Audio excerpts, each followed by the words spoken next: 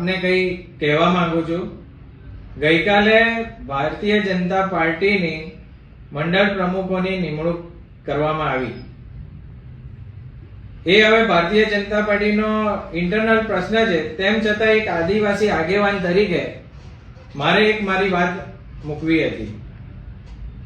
આ ભરૂચ જિલ્લામાં જ્યારે આજે આદિવાસીની આટલી વસ્તી હોવા છતાં એક નેત્રંગ તાલુકામાં એક આદિવાસીને મંડળ પ્રમુખ તરીકે બનાવવામાં આવ્યો।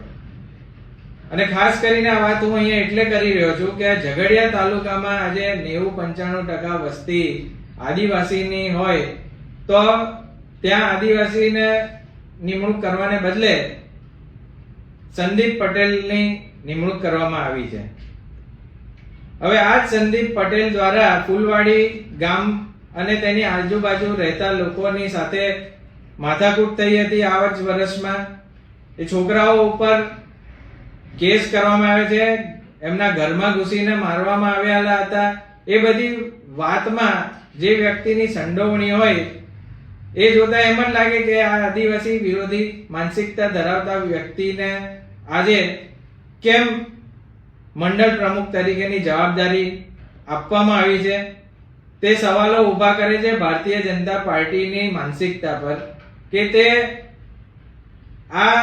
આવી રીતે જે આદિવાસી વિરોધી હોય છે એમને જ કેમ આવી પ્રોત્સાહન આપે છે, એમને જ કેમ આવા હોદ્દા આપે છે। આ વાતથી કદાચ આપણે નારાજ થઈને મનસુખભાઈએ પણ એમની નારાજગી જતાવેલી છે, એ એમને પાર્ટીની બાબત છે।